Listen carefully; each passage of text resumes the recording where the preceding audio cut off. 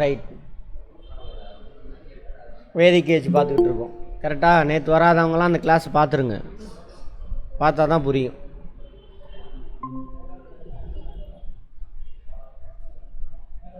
அதோட சமூக அமைப்பு தந்தை வழி சமூகம். தந்தை வழி சமூகம் பேட்ரியாரிக்கல் சொசைட்டி இங்கே இருந்தால் உருவாகுது. தந்தையோட ஆண்களோட ஆதிக்கம் குடும்பத்தில் அது விளங்கவே விளங்காது. குடும்பத்தில் பெண்கள் தான் தலைவி. விலங்குகளில் விலங்கு தாவரம் எதாக இருந்தாலும் சரி பெண்கள் தான் எல்லாமே. அவங்களுக்கு நாலேஜ் மட்டும் கொடுத்துட்டா போதும், அந்த குடும்பம் சூப்பராகிடும். நாலேஜ்னால் என்னது? பேருக்கு முன்னாடி வெறும் பிஏ எம்ஏ அது கிடையாது, புரிஞ்சிருக்கணும், எல்லாத்தையும் வாழ்க்கையை புரிஞ்சிருக்கணும். வெள்ளை நிற தோல் கொண்ட ஆரியர்கள் கருப்பு நிற தோல் கொண்ட ஆரியல் அல்லாதவர்களிலிருந்து தங்களை வேறுபடுத்தி கொண்டனர். அந்த இதில் வெள்ளை தோல் அப்போ தான் உள்ளே என்ட்ராகுது ஆரியன்ஸ். அதுக்கப்புறம் கருப்பு நிற ஆரியல் அல்லாத மக்களை தசையுக்கள் தாசர்கள் என அழைத்தனர். தொடக்க வேதகால சமுதாயத்துக்குள் 3 பிரிவுகள் காணப்பட்டன. பொதுமக்கள் விஷ் என்று அழைக்கப்பட்டனர். பொதுமக்கள் பேர் என்னது? விஷ். போர் வீரர்கள் சத்திரியர்கள் எனவும் மதகுருமார்கள் பிராமணர்கள் எனவும் அழைக்கப்பட்டனர். நேற்று சொன்னதாக அப்படியே பிரிக்கிறானுங்க, வகைப்படுத்துகிறானுங்க. சிந்து சமவெளியில் அப்படிலாம் கிடையாது. இங்கே தான் ஆரம்பிக்குது. மக்களை பிளவுபடுத்தி ஒரு குரூப் மட்டும் நோவாமல் நோம்பி கும்பிட்றது அப்படிங்கிறது ஆரம்பிக்குது. பிற்காலகட்டத்தில் இது முந்தைய காலத்தில். பின்னாடி திறன் கொண்ட ஆரியர் அல்லாத மக்களை ஆரியர்கள் தமது சமுதாய ஏற்பாட்டுக்குள் கொண்டு வர நேர்ந்தது. பின்னாடி போக போக திறமையுள்ள எல்லா பில்டிங் கட்டுறதுலேருந்து விவசாயம் செய்கிறது எல்லாம் திறமை அவங்க தான். அவங்களே இவன் கட்டுப்பாட்டுக்குள்ளே கொண்டு வரான். அவன் தான் 4வது குரூப்பு, சூத்திரர்கள். அப்போது 4 இறுக்கமான வர்ண அமைப்பு உருவாக்கப்பட்டது. ஃபஸ்ட்டில் 3 தான் இருந்திருக்கு, விஷு சத்ரியா பிராமணா. அதுக்கப்புறம் இவனுக்கு எல்லா வேலையும் செய்யணும்ல ஆரியர்களுக்கு. அதுக்காக எல்லா மக்களையும் உள்ளே கவர் பண்ணுறானுங்க. 4வது குரூப்பாக சேர்த்திக்கிறான். சரியா? அவங்க தான் யார்? திறமையானவங்க, ஆரியர் இல்லாத மக்கள். மதகுருவான பிராமணர், போரிடும் சத்திரியர், நில உடைமையான வைசியர், வேலைத்திறன் கொண்ட சூத்திரர். வைசியர் வந்துட்டு நில உடைமையாளன்னு சொல்கிறானுங்க. ஆக்சுவலாக வந்துட்டு யார்? பொருள் வியாபாரம் செய்கிறவன். அந்த மாதிரி ஒரு கிராமத்தில் இப்படி 4 குரூப் இருக்காங்க. இவன் வேலை செய்வான், இவன் நிலம் சொந்தம், இவனை வச்சு வேலை செஞ்சு எல்லாத்தையும் வாங்கி வியாபாரம் செய்வான் வைசியர். அந்த கிராமத்தை காப்பாற்றுறவன் சத்திரியர். சரியா? மதகுரு. இந்த மதகுரு தான் என்ன பண்ணுவார்? இவருக்கு டைரக்ஷன்லாம் கொடுப்பார். பிந்தைய வேத காலத்தில் மதகுருக்கு தானே பவர் கிடச்சிரும். இவன் சொல்கிறதுபடி தான் அது நடக்கும். இதெல்லாம் 4 வர்ணங்கள் கொண்ட சமூக அமைப்பு உருவாகுது. இங்கே தான் வருது. ஜாதிக்கு அடித்தளமே இங்கே தான். திராவிடர்கள்ட்ட ஜாதியெலாம் கிடையாது. இவனுக்கு கொண்டு வந்து நுழைச்சி விட்டது தான். அடுத்தது வேத காலம் குறித்து கற்க அதிக அளவு இலக்கிய சான்றுகள் இருக்கின்ற பொழுதிலும், இலக்கிய சான்றெல்லாம் கிடையாது, இவனு சும்மா உடான்னு சொல்கிறானுங்க. பயன்பாட்டு பொருள் சான்றுகள் போதுமான அளவு இல்லை. பொருள் சான்று கிடையாது. இலக்கியம் அவனுங்களாம் விட்ட கதையெல்லாம் இருக்குதுன்றான். ஆர்கியாலஜியில் எவிடன்ஸ் எதுவுமே கிடைக்கல. ஆனால் திராவிட பண்பாட்டுக்கு இருக்குது, பண்ண மாட்டேங்கிறானுங்க. இப்போ கூட யாரை கேட்டிருப்பாங்க, ஏன் கீழடி ஃபஸ்ட்டு அகழ்வாராய்ச்சி ரிப்போர்ட்டை இன்னும் வெளியிடாமல் வச்சுருக்கிறானுங்க. யூனியன் கவர்மெண்ட் செஞ்சானுங்க, தேடிட்டு போய் அங்கே வச்சுக்கிறானுங்க. அதேமாதிரி கீழடி அகழ்வாராய்ச்சி செகண்ட் அகழ்வாராய்ச்சி நிறுத்தினது அந்த ஆர்கியாலஜி டிபார்ட்மெண்ட்டில் ஹெட் ஒருத்தர். அவரையே கூட்டிகிட்டு வந்து இந்த இரும்பு நாகரிகம் 5000 ஆண்டுகளுக்கு முன்பு கிமு 3000ல் இரும்பு நாகரிகம் இங்கே இருந்துச்சுன்னு யார் அந்த கீழடி அகழ்வாராய்ச்சி நிறுத்தினாரோ அந்த ஆர்கியாலஜி ஆஃபீஸரை வச்சு வெளியிட்டாங்க இங்கே மதுரையில். தெரியுமா? அதுதான் ராஜதந்திரம். அவர் தான் வெளியிடுறாரு. யார் பண்ணது அதை பார்த்துக்கோங்க. சரியா? சரி. அடுத்து பெண்களோட நிலை. ஃபஸ்ட்டு நல்லா இருந்துச்சுன்னு சொல்லுவாங்க. அப்புறம் போக போக என்ன ஆயிடுச்சு? பெண்களை ஆண்களுக்கு அடிமையாக மாற்றிடுறாங்க. கல்வி கிடையாது, கல்வியே கிடையாது, எதுவுமே கற்றுக் கொடுக்க மாட்டாங்க அவங்களுக்கு. ஆண்களுக்கு தொண்டு வேலை செய்கிற ஒரு ரோபோட்டிக், அதான் பெண்கள். அவங்களுக்குன்னு சுயமாக எதுவும் சிந்திக்கக்கூடாது, எதுவுமே பண்ணக்கூடாது. எதாக இருந்தாலும் கல்யாணத்துக்கு முன்னாடி அப்பா பார்த்து ஒருத்தன்ட்ட பிடிச்சி கொடுத்துருவாங்க. இந்த அம்மா விரும்பிலாம் எதுவும் பண்ணக்கூடாது, லவ் பண்ணக்கூடாது, இது பண்ணக்கூடாது. ஆனால் தமிழ் சமூகம் அப்படி கிடையாது. சங்ககால இலக்கியம்லாம் ஃபுல்லாக காதல் கதையாக தான் இருக்கும்.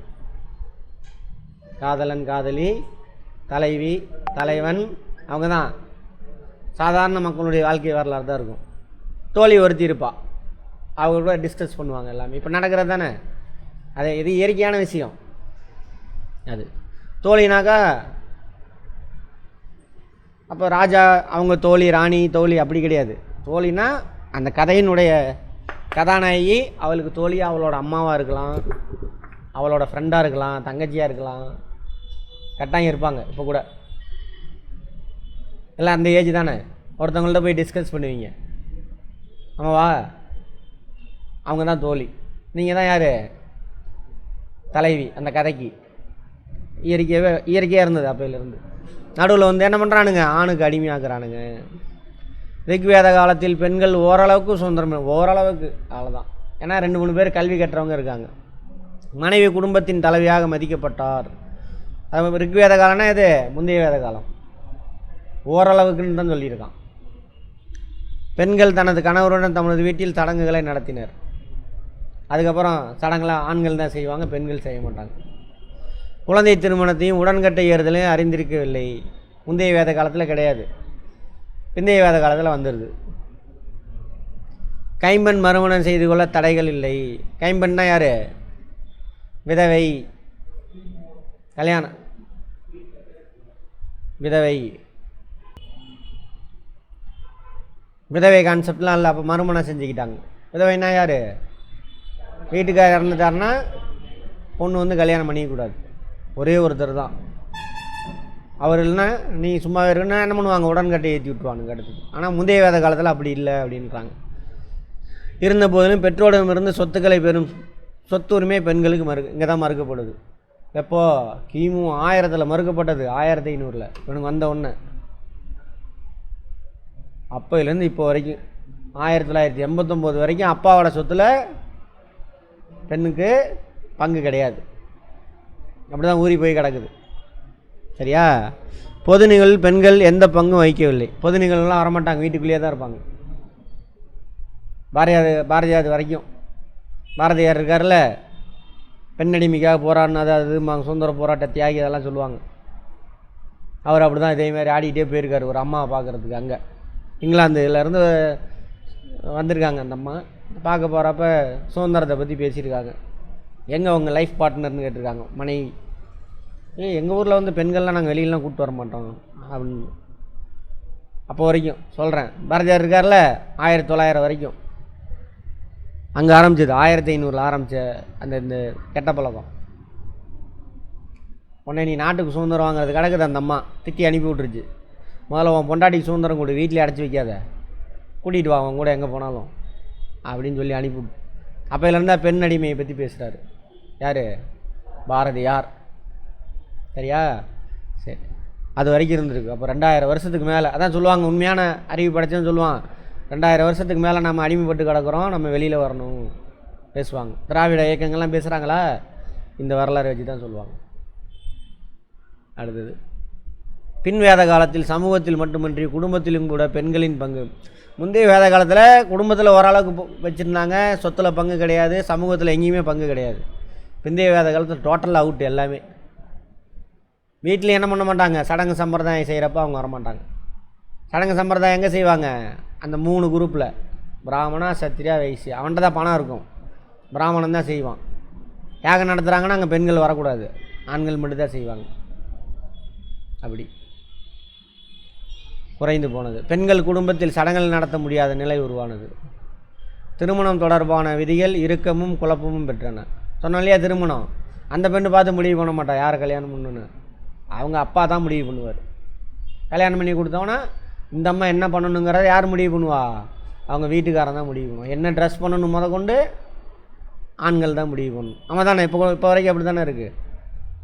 பெண்கள் எப்படி ட்ரெஸ் பண்ணணும்னு யார் டிசைட் பண்ணுறா, ஆண் சமூகம் தான் முடிவு பண்ணுது. சரியா? ஆமாம், அந்த மாதிரி அது அப்போ ஆரம்பிச்சது. அவங்களுக்குன்னு மனசு இல்லையா, அதுக்குன்னு சயின்டிஃபிக்காக யோசிச்சு ட்ரெஸ் பண்ணணும், அதுக்கு அறிவியலை புகுத்தி விடணும், எந்த கிளைமேட்டில் என்ன மாதிரி ட்ரெஸ் பண்ணணும் அதெல்லாம் இருக்குது. ரைட். பலதார மனம் சாதாரணமாக நடைபெற்றது. ஆண்கள் மட்டும் என்ன பண்ணுவாங்க, நிறையா கல்யாணம் பண்ணிக்குவான், பாலிகாமி. அது யாராக இருந்தாலும் சரி, உயர்குடியாக இருந்தாலும் சரி, தாழ்குடியாக இருந்தாலும் 3-4 கல்யாணம் பண்டாட்டி வச்சுருப்பானுங்க, பாலிகாமின்னு சொல்லுவாங்க. கைம்பெண் மறுமணத்திற்கு ஊக்கமளிக்கப்படவில்லை, விதவை கான்செப்ட்டு, பெண் கல்வி மறுக்கப்பட்டது, கலப்பு திருமணமே அவுட்டு, டோட்டலாக இல்லை, அவன் ஜாதியில் தான் கல்யாணம் பண்ணிக்கணும். அந்த மாதிரி இந்த அம்மாவோட அப்பா என்ன தொழில் செய்கிறானோ அதே தொழில் செய்கிறவனோடைய பையனை தான் இந்த அம்மா கல்யாணம் பண்ணிக்கணும். அதுவும் அந்த அவங்க அப்பா தான் டிசைட் பண்ணுவார். இருக்கா இப்போ வரைக்கும்? அதான். இப்போ ஜாதி கீதி எல்லாம் உருவானது இங்கே தான். எங்கே? பிந்தைய வேத காலம். சதியை பற்றி சொல்ல மாட்டானுங்க, சதியும் இப்போயே உருவாயிடும். ரைட். பொருளாதார வாழ்க்கை. பட் இதுக்கு முன்னாடி இருந்த சமூகம் இருக்குல்ல, சிந்து சமவெளி நாகரிகம், அதே ஏரியாவில் வட இந்தியாவை மட்டும், அங்கே பெண்கள் போற்றப்பட்டனர், பெண்கள் தான் முடிவு பண்ணாங்க. அப்போ உயர்ந்த சமூகம் அது. ஏன்னா பயாலஜிக்கலாக பாருங்களே, பெண்கள் தான், பெண்கள்லாம் ஒன்றுமே கிடையாது.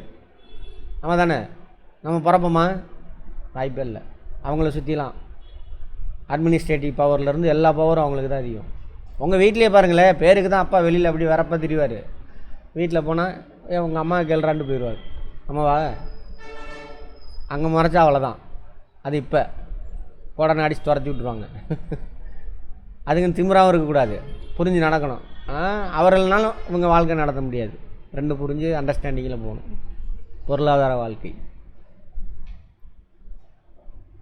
வேதகால பொருளாதாரமானது கால்நடை மேய்ச்சலும் வேளாண்மையும் கலந்து. இங்கே தான் வேளாண்மை இங்கே தான் கற்றுக்கிறான். யார்கிட்டருந்து?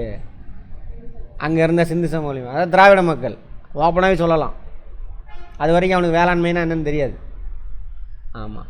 ஆனால் அவனுங்க சொல்லியிருக்கானுங்க, இடப்பெயர் வேளாண்மை செய்வாங்கன்னு சொல்லிட்டு சொல்லியிருக்கானுங்க. இதெல்லாம் நுழைச்சி விட்ருக்கானுங்க வரலாறு.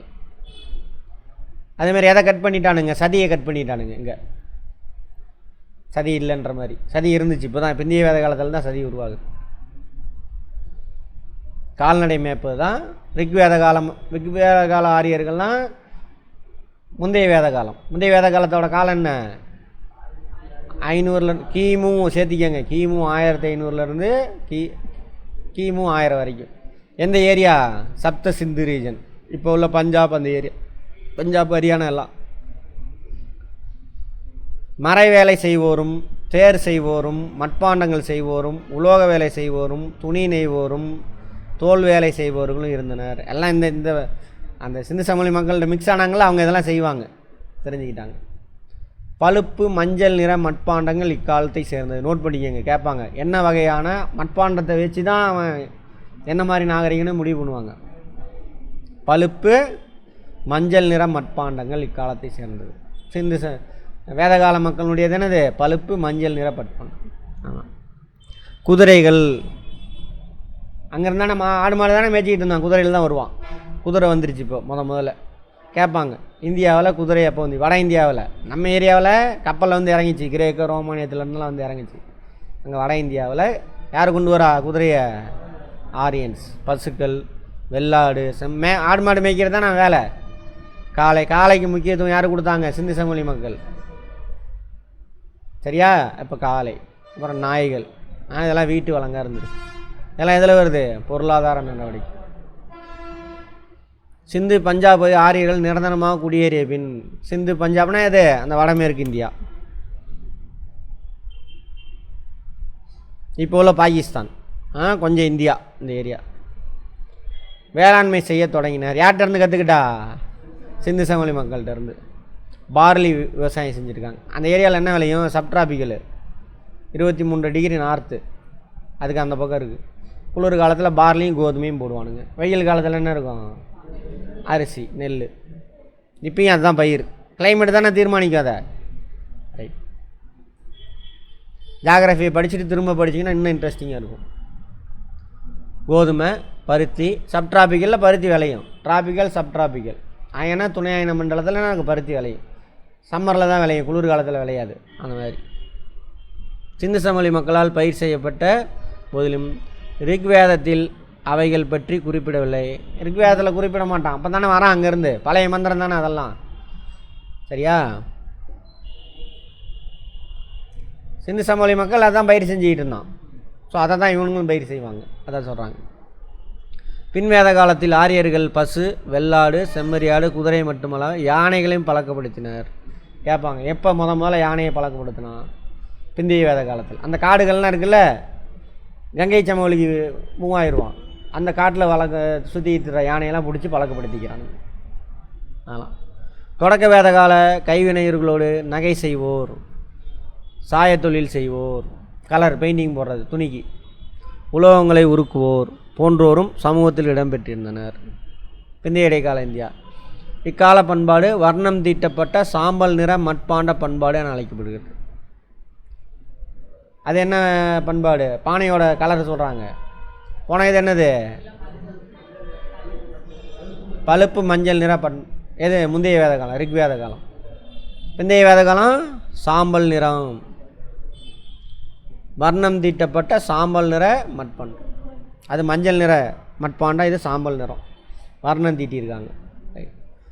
இரும்பு கொழுமுனை கொண்ட கலப்பை மற்றும் இரும்பு கோடாரி ஆகியவற்றின் உதவியோடு பார்த்தோம் இல்லையா? இரும்பு முந்தைய வேத காலத்தில், கடைசி காலத்தில் இரும்பு கண்டுபிடிப்பானுங்க. மெட்டலர்ஜி எப்படி செம்பை பிரித்து எடுத்தானுங்க மண்ணில் இருந்து, அது மாதிரி உருக்கி எடுத்து இரும்பு, அதை வச்சு கோடாலி கலப்பை இதெல்லாம் உருவாக்குறாங்க. கோடாலி வச்சு மரத்தை வெட்டினானுங்க, கலப்பை வச்சு உழுதானுங்க. வளமான வண்டல் மண் அது எது? கங்கை சமவெளி ஃபுல்லாகவே வண்டல் மண் தான். ஒரு 2 கிலோமீட்டர் ஆழத்துக்கு வண்டல் மண் தான் இருக்கும். இங்கேருந்து பாறைக்கரை எதுவுமே கிடைக்காது அங்கே. ஏன்னு ஜாகிரஃபியில் பார்த்துருப்போம், பார்க்காதவங்க பார்ப்போம்.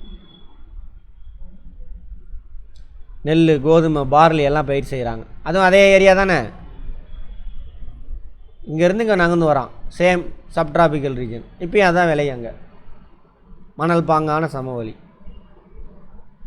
வேளாண்மை வளர்ச்சி பெற்றதால் நிலத்தின் மீது தனியுரிமை உருவானது. இங்கே தான் நிலத்தின் மீது எனக்கு லேண்டு சொந்தம், 10 ஏக்கர் 100 ஏக்கர் எனக்கு சொந்தம். புதிய தொழில்களும் கலைகளும் வளர்ந்து உபரி உற்பத்தி ஏற்பட்டு வணிகத்திற்கு இட்டு சென்றன. ஆல்ரெடி சிந்து சமவெளி மக்களே வணிகத்தில் ஈடுபட்டாங்க, உபரி நிறையா கிடைக்கிது. அப்போ மற்ற தொழிலெலாம், ஒருத்தன் பானை செய்கிறது மட்டும், டான்ஸ் ஆடுறவன், கூத்தாடி எல்லாம் வருவானுங்க. சர்ப்ளஸை அவனுக்கு கொடுப்பான், இவன் சந்தோஷம் அவனுக்கு கொடுப்பான். சரியா? யார்? டான்ஸ் ஆடுறவன், கூத்தாடி பாட்டு பாடுறவன்லாம். அதான் கலைகள் பல உருவாகுது. வணிகம் பெருகியது. உள்ளூருக்குள்ளே வியாபாரம் செஞ்சான், பக்கத்து ஊரில் கொண்டு போய் விற்றான், அங்கேருந்து வாங்கிட்டு வந்தான். அப்போ அவன் பயன்படுத்தக்கூடிய பொருளோட அளவு என்ன ஆகுது? அதிகமாகும். பண்டமாற்று முறை பரவலாக காணப்பட்டது. அவர்கள் நிக்ஷா பண்டமாற்று முறை இருந்தது, இப்போ வரைக்கும் இருக்குது பண்டமாற்று முறை. ஒத்துக்கிறீங்களா? இங்கிலீஷில் என்ன பண்டமாற்று முறைக்கு? Barter system. இப்போ வரைக்கும் இருக்குது பண்டமாற்று முறை, இன்னும் கிராமத்துலலாம் இருக்குது. ஏன் பக்கத்து வீட்டில் குழம்பு கொடுப்பாங்களா? ரைட், அப்படி கூட வச்சுக்கலாம். குழம்பு, சாப்பாடு, எது வேணாலும். நிக்ஷா, சத்மனா இதில் வந்து தங்க நாணயங்கள். வேத காலத்தில் பயன்படுத்தப்பட்ட தங்க நாணயத்துக்கு பேர் என்னன்னு கேட்பாங்க. நிக்ஷா, சத்மனா. அடுத்து கிருஷ்ணாலா, வெள்ளி நாணயம். வெள்ளி நாணயத்துக்கு பேர் என்னது வேத காலத்தில்? கிருஷ்ணாலா. கேட்பாங்க கொஸ்டின். ரிக்வேத கால மக்கள் அறிந்திருந்த உலோகங்கள் தங்கம், இரும்பு, தாமிரம். தங்கத்துக்கு ஹிரண்யா அப்படின்னு வடமொழி சொல், அந்த சமஸ்கிருத சொல். இரும்புக்கு ஷியாமா. தாமிரத்துக்கு பேர் என்ன சொல்கிறான்? அயாஸ். கேட்பான் சமஸ்கிருதத்தில் என்ன பேர் அப்படின்னு கேட்பான், பார்த்துக்கோங்க. மதம். பெரும்பாலும் நில மற்றும் ஆகாய கடவுள்களை வழிபாடு. அங்கே உருவ வழிபாடே கிடையாது வேத காலத்தில். உருவ வழிபாடே முதல்ல புத்தர்கள் இருக்காங்களே, அவங்க தான் முதல்ல புத்தரை வந்துட்டு கடவுளாக வழிபட ஆரம்பிப்பாங்க. அங்கே தான் உருவ வழிபாடு ஸ்டார்ட் ஆகும். அது வரைக்கும் உருவ வழிபாடு இல்லை. கடவுள் பேர்லாம் மாறிக்கிட்டே வரும் பாருங்க போக போக. முந்தைய வேத காலத்தில் ஒரு சில கடவுள் முக்கியத்துவம் பெற்றிருக்கும், பிந்தைய வேத காலத்தில் ஒரு சில கடவுள், அப்புறம் புத்தர் மகாவீரருக்கு அப்புறம் வேறு கடவுள் வந்துடுவாங்க. சிவன், கிருஷ்ணன், பெருமாளெல்லாம் அப்புறம் வந்தது. பக்தி இயக்க காலம் இருக்குல்ல, கடவுள்லாம் ஒன்றா தானே இருக்கணும். அதனால் காலப்போக்கில் மாறிக்கிட்டே போகுது.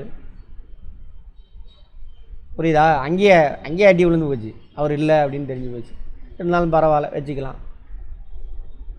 சரி. பிருத்வி கடவுள் பேர். நிலத்துக்கான கடவுள் பிருத்வி. அக்னி நெருப்புக்கான கடவுள் பேர். வாயு காற்றுக்கான கடவுள். வருணன் மலைக்கான கடவுள். இந்திரன் இடிக்கான கடவுள். ஏன்னா இந்திரன்ட்ட தான் வேண்டிக்குவாங்க. போய் எதிர் நாட்டு கோட்டையும் கொத்தளத்தெல்லாம் இடி நாசம் பண்ணு, அவனுக்கு பேர் சொகுசாக வாழ்கிறானுங்க. யார்? சிந்து சமவெளி மக்கள். ஆரியன்னு சொல்லுவாங்க. ஆமாம், யாரை சொல்கிறாங்க? சிந்து சமவெளி மக்கள். அப்புறம் அதிதி நித்திய கடவுளாமா. நித்தியனா எப்போன்னு அர்த்தம். உஷா விடியற் காலை தோற்றமா. இதெல்லாம் பெண் கடவுள் முந்தைய வேத காலத்தில். ஆனால் பெண் கடவுளை அவனுக்கு வச்சுக்க மாட்டானுங்க. இன்னமும் ஆரியன்ஸ் வந்து பெண் கடவுளை வச்சுருக்க மாட்டாங்க. ஏன்னா பெண் வந்து ஆணுக்கு அடிமை. அப்படி இருந்தாலும் என்ன பண்ணும்? பெருமாள் இருக்காரா, ஏழுகுண்டல வாடா, லட்சுமி என்ன பண்ணும்? கால் அமைக்கி விடும் பக்கத்தில் உட்காந்து. ஆமாவா, அவர் படுத்துருப்பார். என்னது என்ன கொண்டாரு, ஏதோ கொண்டாருன்னு வருமே, படுத்துருப்பார். அந்த இது பேர் ரங்கநாதர் தான் படுத்திருப்பார். அதுக்கு பேர் என்னது? ஏதோ கொண்டாருன்னு வரும். சரி, அங்கே காலடியில் உட்காந்து லட்சுமி கால் அமைக்கி விட்டுட்டு ஆணுக்கு பெண் அடிமைங்கிறது தான் அங்கே ஆகிய குறைவான பெண் தெய்வங்கள் வழங்கினர் முந்தைய வேத காலத்தில். அவர்களின் மதம் சடங்கு முறையை மையமாக கொண்டது. யாகம் நடத்துறது சடங்கு இருக்கா, இப்படி ட்ரெஸ் போடுமா, இந்த பக்கம் மாற்றி போடுமா சால்வை, அப்புறம் பூநூலை இப்படி போடுமா, அப்புறம் விரலை இப்படி வையுமா, அப்போ தான் போய் சேருமாமாங்க. சும்மா ஒரு அட்டன்ஸ். அப்போ தான் நீ அவங்ககிட்ட போவ. நேற்று அங்கே கம்மங்கூழ் குடிக்க போகிறான் அவர் இன்னொருத்தர், பானிபூரி கடைக்காரர். சும்மாலாம் கிடையாது, ஐதீகம் இருக்குது. சாமி எல்லா சாமியும் கும்பிடக்கூடாது அந்த ஆள்கிட்ட சொல்லிகிட்டு இருக்கிறான். என்னை பார்த்தோன்னே சிரிச்சிட்டு திரும்பிக்கிட்டார்.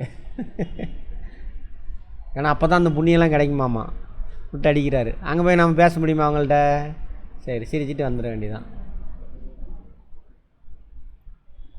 அடுத்தது சடங்கு முறைகள். வேத மந்திரங்களை பாராயணம் செய்வதே வழிபாட்டு முறையாக இருந்தது. யாகம் நடத்தும் பொழுது போகிறாங்களா, அது கர்ப்ப கிரகத்தில் உங்களுக்கு கல்யாணத்தப்போ மந்திரம் ஓதுறது, அதோட அர்த்தம்லாம் கேட்டுறாதீங்க, அப்புறம் கூப்பிடவும் மாட்டீங்க அவனுங்கள. அப்புறம் குழந்தைகள் பிரஜா அப்படின்னு, பசு கால்நடைகள், செல்வம்னா தனம் ஆகியவற்றின் நலனுக்காக மக்கள் தெய்வங்களை வணங்கினார்கள். எதுக்காக? குழந்தைங்க கால்நடை அதானே செல்வம். அப்போது நிலம் செல்வம் கிடையாது. வேத காலத்தில் எதை முக்கியமான செல்வம் பார்த்தாங்க? பசுக்கள். எத்தனை பசு மாடு வச்சுருக்கா பணக்காரன், 100 வச்சுருந்தா ஓகே, 1000 வச்சுன்னா அவனோட பணக்காரன். அந்த மாதிரி பசு புனிதமான விலங்காக கருதப்பட்டது. அதை தான் இப்போ கொண்டு வந்து நம்மகிட்ட நுழைச்சி விட்றானுங்க. திராவிடர் சிந்து சமவெளி மக்களுடைய முக்கியமான விலங்கு எது? காளை. அதுக்கு தான் முக்கியத்துவம் கொடுத்தாங்க. இப்போ கூட பாருங்கள், காளையை தான் வந்துட்டு அதுக்கு பசு வழிபடாமல் இருக்கும். அதான் முக்கியத்துவம் இல்லைன்னுலாம் இல்லை.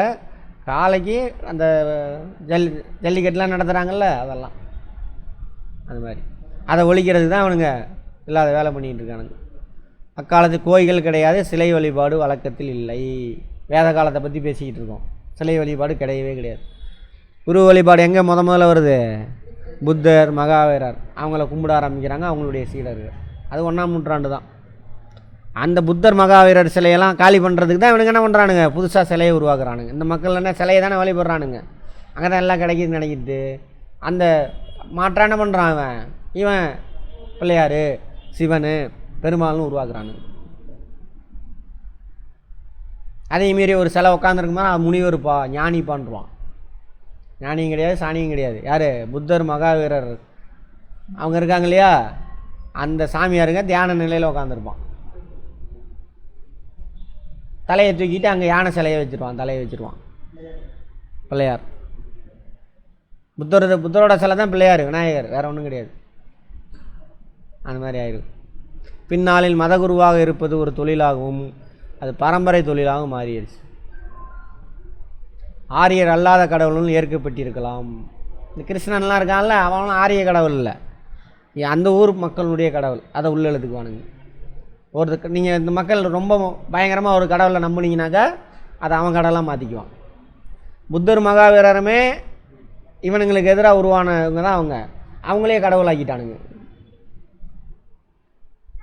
ஏன் அவ்வளோ தூரம்? நம்ம ஊரில் நடந்தது. இங்கே யார்? ராமலிங்க அடிகளார். யார் அவர்? வள்ளலார் இருக்கார்ல, அவரே அந்த பிராமணிசத்துக்கு எதிராக போராடினவர் தான். சரியா? எல்லாரும் சமம்னு சொல்லுவார். பிராமணிஸுக்கு எதிராக போராடினவர். அவரை கடைசியாக கொண்டுவிட்டானுங்க, தீ வச்சு அடித்து கொண்டுவிட்டானுங்க. கொண்டது மட்டும் இல்லாமல் அவரை கடவுளாக மாற்றி அங்கே சிலை வச்சு ஆடிட்டு இருக்காங்க, மணி ஆட்டிகிட்டு இருக்காங்க.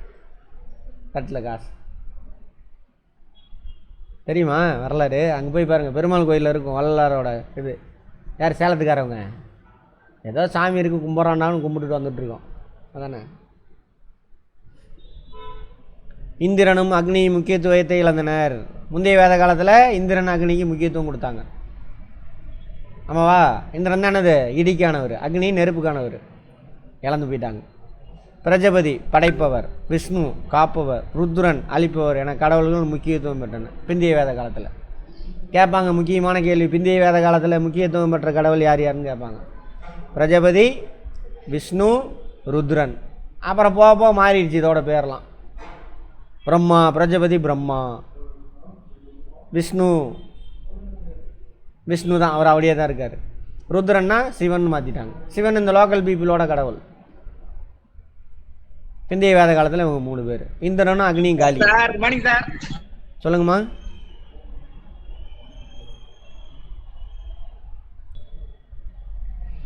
வேள்விகளும் சடங்குகளும் மிகவும் விரிவடைந்தன.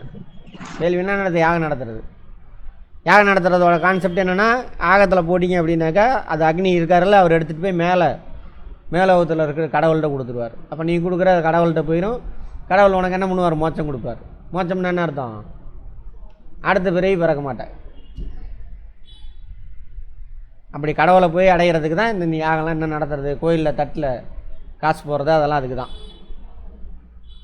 சரியா? இன்னும் தொடருதா? ஆமாம், ரைட். அடுத்து கல்வி. அப்புறம் அதே மாதிரி நீ என்ன தப்பு வேணாலும் பண்ணிக்கலாம், பாவம்லாம் செஞ்சுக்கலாம். அங்கே போய் போட்டினா பாவம்லாம் தீந்துடும். ஆமாவா? சரி, அடுத்து கல்வி. குருகுல கல்வி முறை முடிஞ்சு போச்சு. குருகுல கல்வி. குருகுலனே நிறைய ஸ்கூல் பேர்லாம் வச்சுக்கிட்டு தர்றானுங்க. குருகுலனா யாருக்கு மட்டும் தான் கல்வி? ஆண்கள் மட்டும். அவங்க அப்பா அவங்க பையனுக்கு எழுத படிக்க தெரியாது. அதுவும் மந்திரத்தை ஒப்பிப்பான். அந்த மந்திரத்தை அவன் டெய்லியும் சொல்லி சொல்லி சொல்லி சொல்லி மனப்பாடம் பண்ணிக்குவான். அவ்வளோதான். அதுக்கு என்ன அர்த்தம்னு கூட தெரியாது. அதுக்கு பேர் கல்வியா? அதை தான் கல்வின்னு சொல்கிறானுங்க இங்கே. இந்த குருகுல கல்வியாமா. குருகுல கல்வி முறை என்பது பழங்கால கற்றல் முறை. குருகுலம் என்ன சொல்? குருனா ஆசிரியர், குலம்னா குடும்பம் அல்லது வீடு. சமஸ்கிருத வார்த்தையிலேருந்து. குருவோட வீட்டில் போய் அந்த பையன் போய் கற்றுக்கணும். குருவுக்கு காலையிலேருந்து எல்லா பணிவிடையும் செஞ்சு கொடுக்கணும். தண்ணி எடுத்துகிட்டு வரான்னு எடுத்துகிட்டு வரணும். குருவோட துணியை துவைக்கணும். குருவுக்கு சமைச்சு போடணும். குரு டயர்டாக படுத்தான் கை கால் அமைக்கணும். சரியா? வேறுக்குது அப்படின்னா விசிறி உண்ணும். எல்லா வேலையும் பண்ணணும். மாணவர்கள், சிஷ்யர்கள், இதெல்லாம் வடமொழி சொல்லு. குரு இதெல்லாமே வடமொழி சொல்லு தான், நம்மளது கிடையாது. குருவுடன் தங்கியிருந்து அவருக்கு சேவையை செய்வதோடு கல்வியும் கற்று அறிவை பெறுவார். அப்படியே அவர் கற்றுக் கொடுப்பார். மந்திரத்தெல்லாம் சொல்லி சொல்லி. அவ்வளோதான். இப்படி தான் தண்ணி ஊற்றணும், இப்படி தான் மாலை போடணும், அப்படி இப்படின்ட்டு. வாய்மொழி மரபியல் மாணவர்கள் பாடங்களை கற்றனர். அவர் ஒப்பிப்பார், ஒரு மந்திரத்தை சொல்லுவார். அவ்வளோதான். கற்றவை அனைத்தையும் மாணவர் மனப்பாடம் செய்தனர். அங்கே ஆரம்பித்தது தான் மனப்பாடம். அந்த குரூப் தான் வந்து என்னாச்சு, எல்லாத்தையும் கல்வி கற்றுக்கிறத தடை போட்டானுங்க. ஓகேவா? மனப்பாடம் பண்ணான். அவன் மட்டும் மனப்பாடம் பண்ணிக்கிட்டான். மற்றவங்களாம் அவன் சொன்னதை மட்டும் செய்ய சொல்லிட்டான். எவனும் கேள்வி கேட்கக்கூடாது. அப்புறம் உங்களை சொல்லலை, அவங்க சொல்கிறாங்க, நீங்கள் கேள்வி கேளுங்கன்ற. மனப்பாடம் பண்ணணும். அப்படியே இங்கிலீஷ்காரன் வரான், பொதுக்கல்வி கற்றுக் கொடுக்குறான், அதையும் மனப்பாடம் பண்ண ஆரம்பிக்கிறானுங்க. அதுதான் இன்னும் தொடருது. அவன்கிட்ட இருந்தால் மற்றவங்க கற்றுக்கிட்டீங்க. புரியுதா? மனப்பாடம் எங்கேருந்து வருதுன்னு? இங்கேருந்து வந்தது தான். கேள்வியெல்லாம் கேட்கக்கூடாது, அர்த்தம்லாம் கேட்கக்கூடாது. அவன் சொல்கிற மந்திரத்தை மனப்பாடம் பண்ணிக்கணும். இப்போ வரைக்கும் பாருங்கள், விஜயகாந்தெல்லாம் அப்படியே ஒரு டைலாக் பேசுவார். அப்படியே விடாமல் பேசுவார். அட்டாட்டா என்னமா பேசுகிறாருப்பா. ஏன்னா மனப்பாடம் பண்ணி ஒப்பிக்கிறாராம்மா. ஆமாம் தானே? மனப்பாடம் பண்ணிங்கன்னா என்ன ஆகும்? மூளை வேலை செய்யலைன்னு அர்த்தம். வேலை செய்யாது, தடை போட்டாச்சு, அவ்வளோதான். வேலை செய்கிறதுனா என்ன அர்த்தம்? சிந்திக்கிறது, கேள்வி கேட்கணும். ஏன் நடந்துச்சு, இது ஏன் எப்படி நடக்கக்கூடாது, இன்னும் எப்படி பண்ணலாம் அப்படின்னு. அங்கே போட்ட தடை தான். திரும்பவும் அதுக்கு தான் உங்களை எழுத்துட்டு போகிறானுங்க. புதிய கல்விக் கொள்கை. 4 வேதங்கள், இதிகாசங்கள், புராணங்கள், இலக்கணம், தர்க்கவியல், நெறிமுறை, ஜோதிடம். ஜோதிடம்லாம் அங்கே வந்தால் தான். அது ஜோதிடம்லாம் கிரேக்கர்கிட்டேருந்து கற்றுக்கிட்டது. அதே மகாபாரதம்லாம் கிரேக்க நாட்டில் இருந்த இதிகாசங்கள்ன்றாங்க. அதிலேருந்து காப்பி அடிச்சிட்டானுங்கன்றாங்க வரலாற்று அறிஞர்கள். இராணுவ உத்திகள் மாணவர்கள் கற்றுத்தராங்களாம். அப்படிலாம் இல்லை, வேதம் மந்திரம் ஒப்பிச்சானுங்க, அவ்வளோதான். ஒழுக்கமான வாழ்க்கையை மேற்கொள்வதற்கான பயிற்சி மாணவர்கள் வழங்கப்பட்டது. ஒழுக்கமான என்ன அர்த்தம்? ஒழுக்கன்றது அவன் குலத்தொழில் அவன் செய்யணும், அதுக்கு பேர் தான் ஒழுக்கம். கடமையை செய், பலனை எதிர்பார்க்காது. ஐயா ரைட். ஒழுக்கம்னா என்ன அர்த்தம்? ரியல் லைஃப்பில் சொல்லுங்க பார்ப்போம். ஒழுக்கம் அப்படின்னு என்ன அர்த்தம்? நீங்கள் டிரான்ஸ்லேஷன் பண்ணுறீங்க. டிசிப்ளின்னா என்னென்னு நான் தமிழில் கேட்குறேன். ஒழுக்கம்னா என்னென்னு, என்ன நெறிமுறை? ஒரு ஊரில் வந்து நெறிமுறை, முதல் குழந்தைய வந்து என்ன பண்ணணும்? நரபலி கொடுக்கணும். அதை ஃபாலோ பண்ணலாமா? அது நல்லதா? பெண்களை கல்வி கற்கக்கூடாது, நெறிமுறை இருக்குது. பெண்களுக்கு சொத்தில் பங்கு இல்லை, நெறிமுறை இருக்குது, நல்லதா அதெல்லாம்? பெண் குழந்தைய என்ன பண்ணணும்? கொல்லணும், நெறிமுறை வச்சுருக்கானுங்க மறைமுகமாக. அது ஒழுக்கமா? பிராமணன் தவிர எவனும் மனப்பாடம் பண்ணக்கூடாது, ஒழுக்கமா அது? அதெல்லாம் கிடையாது. அடுத்தவனுக்கு தொந்தரவு இல்லாமல் வாழணும், அதான் ஒழுக்கம். அடுத்தவனுக்கு தொந்தரவு இல்லாமல் வாழணும். சரியா? ரைட். என்ன சார் தொந்தரவு? இங்கே வகுப்பு நான் சொல்லித்தரேன், இங்கே பேசக்கூடாது, சிந்திக்கணும், கேள்வி கேட்கணும், பேசணும், என்கிட்ட கேள்வி கேட்கணும், சொல்கிற கருத்துக்களை உள்வாங்கிட்டு புரிஞ்சுக்கிட்டு புரியலாம் கேள்வி கேட்கணும், அடுத்த லெவலுக்கு இன்னும் என்னெல்லாம் பண்ணலாம் அப்படின்னு பேசணும். அதான் நல்ல வகுப்பு. பேசாமல் உட்காந்துருந்தீங்கன்னா அங்கே ஒழுக்கம் இல்லைன்னு அர்த்தம். பேசணும், என்னென்ன கொடுத்த கருத்துக்களை உள்வாங்கிக்கிட்டு புரிஞ்சிக்க ட்ரை பண்ணிவிட்டு புரியலைன்னா கேட்கணும், இன்னும் அடுத்த லெவலில் யோசிக்கணும். காலையில் ஒரு 8வது பையனுக்கு கிளாஸ் எடுத்து எத்தனை கேள்வி கேட்டான்னு கேளுங்க. 8வது, அதனால தான் நான் ஸ்கூலுக்கு போயிட்டேன். இப்போ உங்களெல்லாம் மழுங்கடிச்சு வச்சுட்டானுங்க, கேள்வியே கேட்கக்கூடாது, ஒரு கொஸ்டின்னு ஒரு ஆன்சர் கொடுத்தா மனப்பாடம் பண்ணிவிட்டு அது மாதிரி. இவங்க வந்தாங்க, எத்தனை கேள்வி கேட்டான்னு கேளுங்க கிளாஸ் எடுத்துகிட்டு இருக்கும் பொழுதே.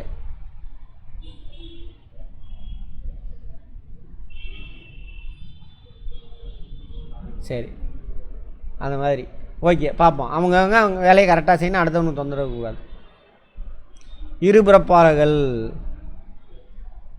திவிஜாஸ் மட்டுமே குருகுலத்தில் மாணவர்களால் சேர்க்கப்படுவார். பெண்களுக்கு பொது கல்வி அளிக்கப்படவில்லை. பொது கல்வி கிடையாது, அது டுபாகுரு. பொது கல்வினா சுற்றியில் உள்ள அறிவை புகுத்துறது. அறிவெல்லாம் இவனும் புகுத்தலை, மந்திரத்தை கற்றுக் கொடுப்பான், அவ்வளோதான். இருபிறப்பாறல்னா என்ன சார் அப்படின்னா, நீ பிறக்கும் பொழுது உங்கள் அப்பா அம்மாவுக்கு பிறந்துடுவ. அதுக்கப்புறம் இதை என்ன ஸ்தானம், ஞானஸ்தானமாக புண்ணியஸ்தானம் ஏதோ ஒன்று பண்ணுவாங்க. கழுத்தில் ஒரு நூலை மாட்டி விடுவாங்க, பூநூல் அலைகிறாங்களே, அதிலேருந்து அடுத்த பிறவி எடுத்துடுவார். அடுத்த பிறவி இருக்கும்போது வேறு பேர் வச்சுருவாங்க உங்களுக்கு. அந்த இருபிறப்பு யாரால் மட்டும்தான் எடுக்க முடியும்னாக்கா, பிராமண ஆண்கள் மட்டும்தான் எடுக்க முடியும். வேறு யாரும் பூநூல் போட முடியாது, அவனுக்கு மட்டும்தான் கல்வி. நிறைய உண்மையை மறைச்சிட்டானுங்க இங்கே. ஓகேவா? ரைட். கேட்பாங்க, இதெல்லாம் கேட்க மாட்டான் தமிழ்நாட்டில். 4 ஆசிரமங்கள் வயதின் அடிப்படையில்: பிரம்மச்சரியம், கிரகஸ்தம், வனப்பிரஸ்தம், இதெல்லாம் அங்கே ஏதோ சொல்லியிருக்கிறானுங்க. சந்நியாசம். பிரம்மச்சரியனா மாணவ பருவம்மா. பின்வேத கால இறுதியில் வாழ்க்கையின் 4 நிலைகள், 4 ஆசிரமங்கள் என்ற கோட்பாடு உருவாயிருக்கு பிந்தைய வேத காலத்துலையாமா. பிரம்மச்சரியம் அதுக்கு இருந்ததுக்கான எவிடன்ஸ்லாம் இல்லை, இவனுங்களாம் சொல்கிறது தான். மாணவ பருவம். கிரகஸ்தம் திருமண வாழ்க்கை. என்ன படத்தில், பாஷா படத்தில் 8 பிரிக்க சொன்னார்ல, இவங்க 4 பிரிச்சிருக்காங்க வாழ்க்கையை. வனப்பிரஸ்தம் காடுகளுக்கு சென்று தவம் செய்கிறது, கடவுளை பார்க்குறதுக்காக. பழைய படம்லாம் பார்த்துருப்பீங்க, கடவுளை நீ போனீன்னா இறை அருள் கிடைக்கும் அப்படின்னு. அப்படி தான் புத்தர் மகாவீரன் சுற்றிக்கிட்டு இருப்பாங்க. அப்புறம் புத்தெல்லாம் வேறு முடிச்சிடும் மேலே. பழைய படம் பார்த்துருப்பீங்களே, மகாபாரதம். அதெல்லாம் ஒரு பேர் தேவம் புரிவார், புத்து முளைச்சிடும். உடனே அங்கேருந்து இந்திரர்கள்லாம் ஒடியாந்து அவரை காலி பண்ணுவாங்க. அவர் எந்திரிக்க மாட்டார். உடனே இந்திரலோகத்தில் இருக்கக்கூடிய பெண்களை, ரம்பா, மேனை, குருவசிலாம் டான்ஸ் ஆட விட்டு இவர் அதில் மயங்கி. நம்ம பார்த்தோமா? பார்த்துருப்பீங்க. மகாபாரதம் பார்க்குறது இல்லையா?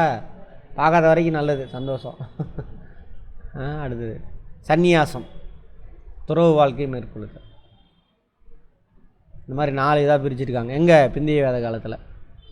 அவ்வளோதான். சிந்து சமவெளி வேத நாகரிகளுக்கு இடையான வேறுபாடு. என்ன வேறுபாடு ரெண்டுக்கும்? இது சிந்து சமவெளி ஃபஸ்ட்டு வச்சுக்கோங்க. இது நகர வாழ்க்கை, இது கிராமம். இவன் செட்டில்டு லைஃபு, நிலையான வாழ்க்கை, இவன் நாடோடி. சரியா? இது பெண் வழி சமூகம், மேட்ரியாரிக்கல் சொசைட்டி. இது ஆண் வழி சமூகம். இவன் நிறைய எழுதலாம். இவன் அட்வான்ஸ்டு, இவன் பின்னாடி. இவன் எங்கே வந்துட்டான்? செம்பு காலத்துக்கு வந்துட்டான். இவன் என்ன கருக்கு நாடோடியாகவே சுற்றிக்கிட்டு இருக்கிறானுங்க இவனுங்க. ஓகேவா? ஆமாம். இவன் ஆடு மாடு மேய்ச்சான், இவன் விவசாயம் பண்ணான் மாதிரி. அப்போ யார்கிட்ட இருந்து யார் கற்றுக்கிட்டா? சிந்து சமவெளி மகன்லாம் நாகரிகத்தை இவன் கற்றுக்கிட்டான். ஆனால் அந்த சிந்து சமவெளி நாகரிகத்தை கண்டுபிடிக்கிறதுக்கு முன்னாடி வரைக்கும், அந்த திராவிட மொழி குடும்பத்தை கண்டுபிடிக்கிறதுக்கு முன்னாடி வரைக்கும் வேதத்துலேருந்து தான் எல்லா மொழியும் வந்துச்சு, சமஸ்கிருதத்துலேருந்து தான் எல்லா மொழியும் வந்துச்சு. கதை விட்றானுங்க. சமஸ்கிருதம் வேறு மாதிரி இருக்குது, தமிழ் வேறு மாதிரி இருக்குது. தமிழ் மாதிரி உள்ள மொழி ஏகப்பட்டது இருக்குது. அதான் திராவிட மொழி குடும்பம். இதெல்லாம் கால்வெளி இங்கிலீஷ்காரன் கண்டுபிடிச்சிட்டு போனான். இதெல்லாம் அதுவும் தெரியாது, அந்த கருமும் நமக்கு தெரியாது. முட்டாளாகவே இருக்க வேண்டியதான். முன்னாடி கேள்வி கேட்காம ஐயா சாமி அப்படி சுற்றிகிட்டே இருக்க வேண்டியதுதான். யார் பின்னாடி? ஆமாம், அவங்க பின்னாடி. இதோட வேத காலம் ஓவர். தென்னிந்தியாவிலும் தமிழ்நாட்டிலும் சமகாலத்தில் நிலவிய பண்பாடுகள். இங்கேயே செக் வைக்கிறானுங்க நமக்கு.